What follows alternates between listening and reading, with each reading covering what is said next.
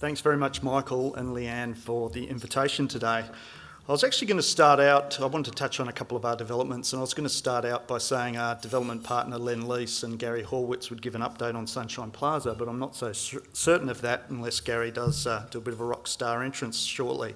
But we're pretty excited about the expansion of Sunshine Plaza, which is going to open later this month, really bringing a lot of first-to-market brands onto the Sunshine Coast, and I think it's really delivered a fantastic product. But I wanted to spend most of the time today actually talking about our next development, which is Melbourne Central. And I wasn't aware before entering today that Melbourne Central actually had picked up a gong. And, the award sort of speaks for itself in terms of it's a successful shopping precinct today, Melbourne Central, but it actually wasn't always that way. And some of you in this room would be aware of the history of Melbourne Central, but I'm sure a lot of you wouldn't. It was originally developed by a group called Kumagai Gumi, and it opened in 1991. And the centre was actually anchored by a Daimaru Japanese department store, which made up over 60% of the GLA of the asset. And it was part of a mixed-use precinct, which also comes with the 50-storey tower adjacent to the retail asset. And although when it initially opened with a bit of a bang and Daimaru initially traded quite well, the centre became a bit of a white elephant. It was a rabbit warren with really strange traffic patterns, and apart from some areas on the ground floor, really didn't trade very successfully. And Kumagai and Daimaru sort of struggled through, and this was the age where the suburban regionals were dominating. They were all expanding, and we're seeing significant market share go away from the CBD in Melbourne. In 1999, GPT acquired the complex for around a third of the original development outlay by Kumagai Gumi. We were planning to undertake a significant repositioning of the asset and downsizing the large Daimaru department store, which was the anchor of the mall.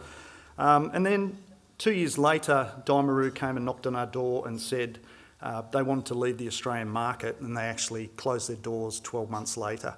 So in 2002, we were actually sitting in a situation where we owned a white elephant without the only anchor in the mall. But our team had a plan that was built on two main components: deeply understanding the market to determine a valuable customer segment we could own, and then creating a real point of difference that was sustainable. We tailored the asset predominantly to the student and CBD worker market. The project, during its couple of years of construction, had a whole heap of hurdles to overcome. The asset was riddled with asbestos in various precincts. We had union action with multiple strikes delaying the program, and we even had a fire in the cinema just weeks before practical completion of the cinema complex, which set it back. But the team stayed true to the vision and ultimately were able to deliver on their brief. The development was completed in 2005 and has subsequently gone from strength to strength. It's delivered exceptional investment performance for our group and is now worth fivefold the original investment in the asset. And we've also seen the CBD evolve, which I think is a theme you can see right across the country, where Melbourne Central, together with QVB, GPO, the Emporium and the department stores, have really seen the CBD win back market share from the suburban malls in recent years. Clearly, you can't just develop an asset and set and forget and hope that it's going to perform forever. And over the last 13 years, the team has continued to evolve this asset, introducing first-to-market retailers, reinvesting back in the centre's aesthetic, creating interesting artworks, activations and events, as well as evolving as the city evolves with increased densification, particularly residential usages. Our customers are constantly changing, and understanding what they're looking for is critical to achieving success. Currently, at the asset, we're undertaking a remix of one of the precincts adjacent to the office called the Menzies Alley precinct. And this mixed-use precinct will bring another level to the asset. Not only is it introducing a number of new dining options to the asset, but we'll also be introducing a new food and beverage focused co-working space, Worksmith Ella. And interestingly, this space will include an on-premises lab for drinks professionals to experiment, and that sounds like a bit of fun.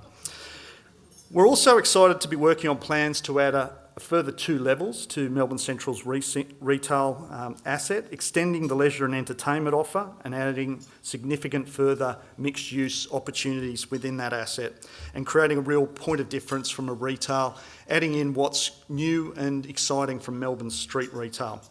This will be in addition to a new 20,000 square metre office complex above the retail. We expect to commence this development later this year. And just finally, the next development in GPT's retail pipeline is in Sydney's northwest, where we're planning a 16,000 square metre expansion of our Rouse Hill Town Centre asset. And this expansion will complement the existing asset with another 4,000 square metres of additional office, around 100 apartments over retail, more civic spaces, a town green for shoppers, visitors, residents and employees to enjoy. And we're seeing now with the Metro Northwest Sydney opening up in May this year and a planned new regional hospital located across the road, that this is evolving into a truly vibrant town. So we're very excited about these opportunities that we have in our group, not only from a development point of view, but continuing to evolve these assets and work with our community over time. And I think, as Michael mentioned in his introduction, we are the custodians of these places, and we need to understand what our communities are wanting to be able to deliver that to them physically and through the activations in the space. Thank you very much.